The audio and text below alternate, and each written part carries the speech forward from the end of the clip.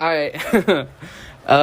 Hello, everybody. I am T, and for this episode of the podcast, we will be covering health ed for the gays, for the gay community. So first off, I want to start off with a disclaimer that the information in this video is not meant to replace any official information and is only meant as extra help for any person who may have lacked it. We encourage people to look up for more information on the sources that we provide and externally with experts. This is just a starting point for everyone listening. So, first off, let's talk about the term gay. So, gay is a term for sexual attraction and romantic attraction between two men. So sometimes gay is used as an umbrella term to represent queer or all of the LGBT community. I guess since it was the most popular term, people just stuck with it to represent the whole community. So let's dive into some misconceptions and stigmas about gay men.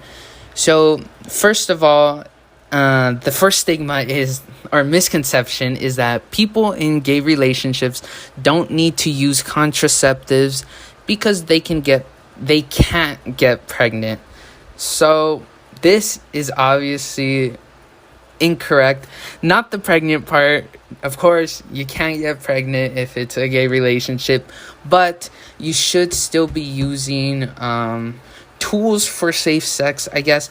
I don't think you would consider them a contraceptive, but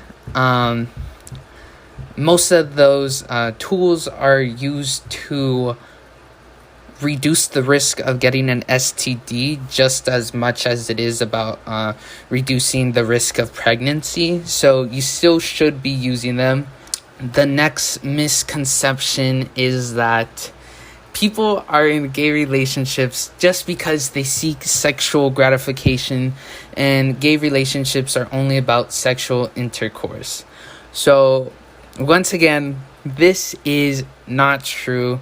For some reason, there is this big stigma against the gay community, I guess, expecting that every single relationship or gay man only ever thinks about sex.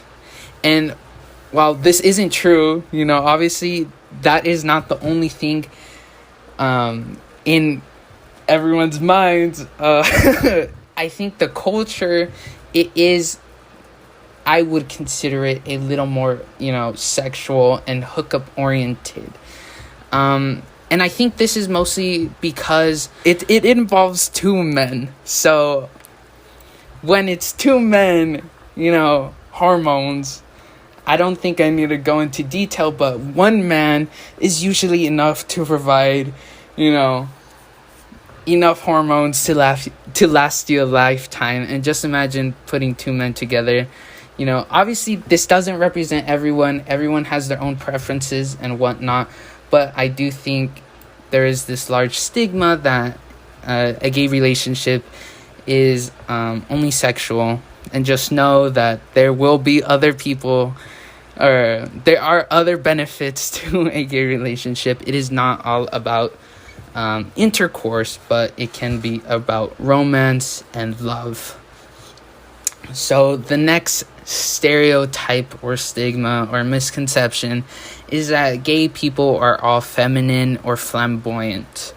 So once again, this is not true. Gay people come in all shapes, sizes, and personalities. There is no defining factor that makes you gay other than you are a man and you like another man. This misconception can sometimes be harmful, as one, it puts a target on any man that isn't fully masculine or leans towards femininity. Usually those type of men will be targeted by, I guess, homophobic people and be labeled with gay, and then, hate crimes, that's how it starts. It is important to know that just because a person is gay, you don't have to act like a girl, or whatever that whole phrase comes with. Gay men can just be however they would like to be. There is no defining trait. So another harmful stigma that sort of roots in the previous stigma that gay men are only sexual, deviants and whatnot. It is that homosexuals seek relationships with straight men, harass straight men, and are predators.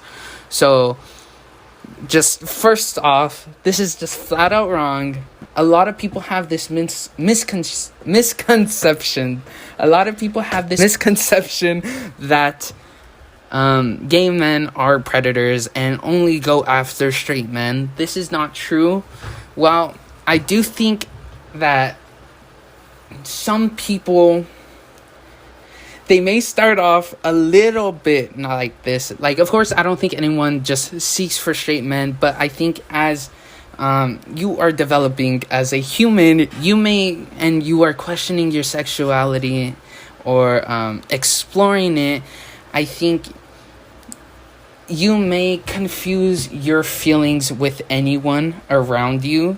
And, typically it might be a straight man. It's not necessarily saying that you are only going for straight men. It's just that you were exploring your I don't know, your gayness, whatever you would like to say. You are exploring it, and it just happens to be that there is a straight man around you. It's not that we are predators. No, of course not. This is wrong. This is harmful. Because a lot of people use this as opposition for the LGBT community. They saw the LGBT community as sexual deviants, and thus they were harmful to society because they were going to, force themselves upon society. This is wrong. Of course. Alright, I don't need to say any more about that. But another stigma is that gay is often used as an insult. So, sometimes, I guess as you're growing up, you mostly hear it from other groups of guys. You'll hear them talk about something and say, this is so gay, kind of as an insult to whatever they are talking about. And this can be hurtful because it's implying that being gay is something that makes someone undesirable. I think, obviously, be kind, be a little more thoughtful with your words. This is not the correct usage of gay. Gay is not meant to be an insult, but a form of identity. So let's please keep using it as an identity term and not as an insult. These stigmas can be dangerous, and they often lead to hate crimes being committed. So violence against the LGBT community, specifically gay men, have always been a part of history. Men in general are already more likely to be victim and commit violent crimes. So often times being gay puts an extra target on your back as well. So it is important to know that there is violence out there. There is injustice that gay men face, and we should be aware of it. So some other important notes to talk about is that gay men have higher rates of HIV and other STDs. So just an example is that anal intercourse is 18 times more riskier for HIV acquisition than vaginal sex. So obviously, with this statistic, it is largely emphasized that it is important for you to seek STD testing regularly if you are sexually active as a gay man. And another important emphasis that I must point out is that you should not be afraid to ask your partner about their sexual history and their engagement in STD testing.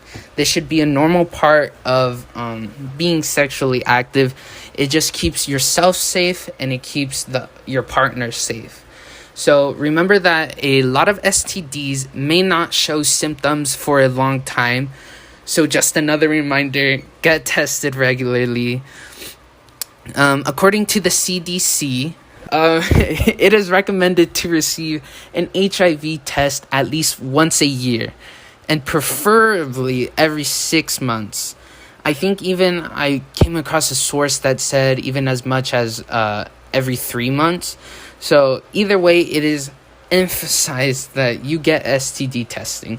Some other options are that you can get a vaccination for hepatitis A and hepatitis B and HPV, because those are all STDs that are more prone through any type of anal intercourse. So those are usually the STDs that you should focus on getting testing or getting vaccinated from. So another important thing is your mental health. You don't want to neglect it. Gay men are much more likely and much more at risk to get depression, anxiety, and to have tobacco or drug use. So it is important that you reach out to a trusted adult or a loved one, and you can even try to search for some psychologists around you. Maybe reach out for your local mental health center.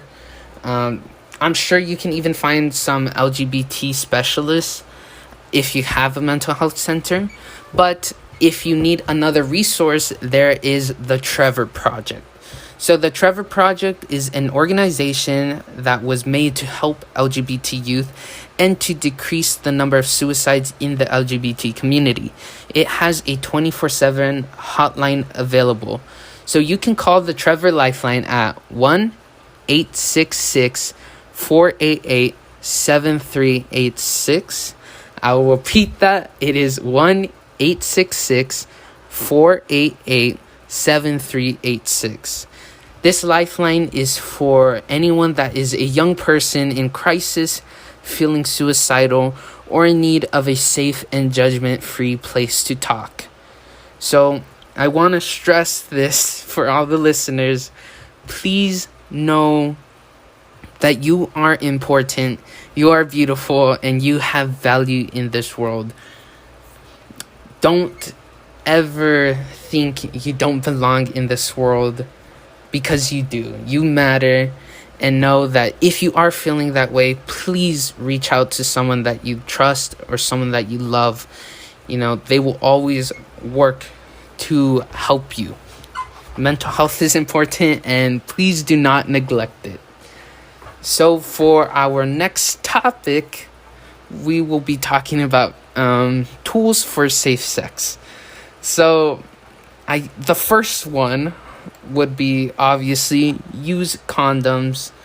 So other than using condoms to lower pregnancy, which you would do for a heterosexual couple, condoms help protect against HIV and lower the risk of getting many other STIs. So, however, another important thing to note is that condoms aren't 100% effective. So if you really want the most safe or secure way to not receive STIs or STDs, it is to abstain from sexual activity or stay in a long-term monogamous relationship. So if you have one partner, obviously you won't have to worry as much, since you are sticking with the same person and you would obviously know their sexual history. So the next tool would be lube. So lube reduces friction or irritation of intercourse, and it also helps keep the condom on as well. So it's kind of a 1-2 punch, a double whammy. Those are your main two. But lastly, there is a douche. So a douche is usually applied for anal sex to avoid getting STIs or STDs, usually transmitted through anal intercourse. So I don't think we are able to talk about the specifics of what a douche is used for, but if you are more curious, I know that there is a really good website on the San Francisco AIDS Foundation. It talks about not only what a douche is, but how to prepare it and how to use it with your body safely. Because there are many, many different ways for it to go wrong. So please look it up before you try anything. Alright, everybody. So that's it for this episode of the podcast. I hope you guys found this somewhat informational. That is my goal. But know that this is only a starting point once again. Please look up more information. Don't use this as any official information. This is only a guide as to what you should further your knowledge on. Go to the CDC. They have wonderful websites that go in way more depth and detail about all of the things I mentioned here. And of course, look out for any LGBT center in your city or town, or also you can go to the Trevor Project. There are many different organizations and websites that are there to help out the LGBT community. So please look out for them. All right, well, I'm T, and thank you all for listening. Have a good one.